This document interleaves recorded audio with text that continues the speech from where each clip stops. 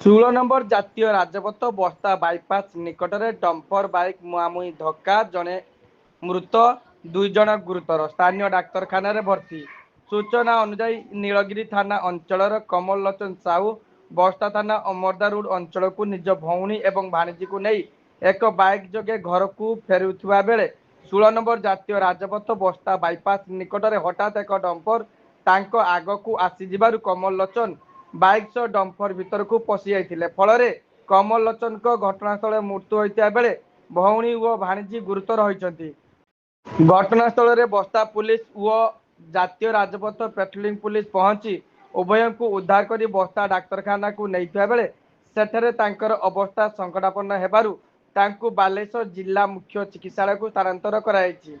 Police ଡମ୍ପରକୁ ଜବତ କରିବା ସହିତ ଡ୍ରାଇଭରକୁ ଅଟକ ରଖି ଘଟଣାର ଅଧିକ ତଦନ୍ତ ଜାରି ରଖିଛନ୍ତି।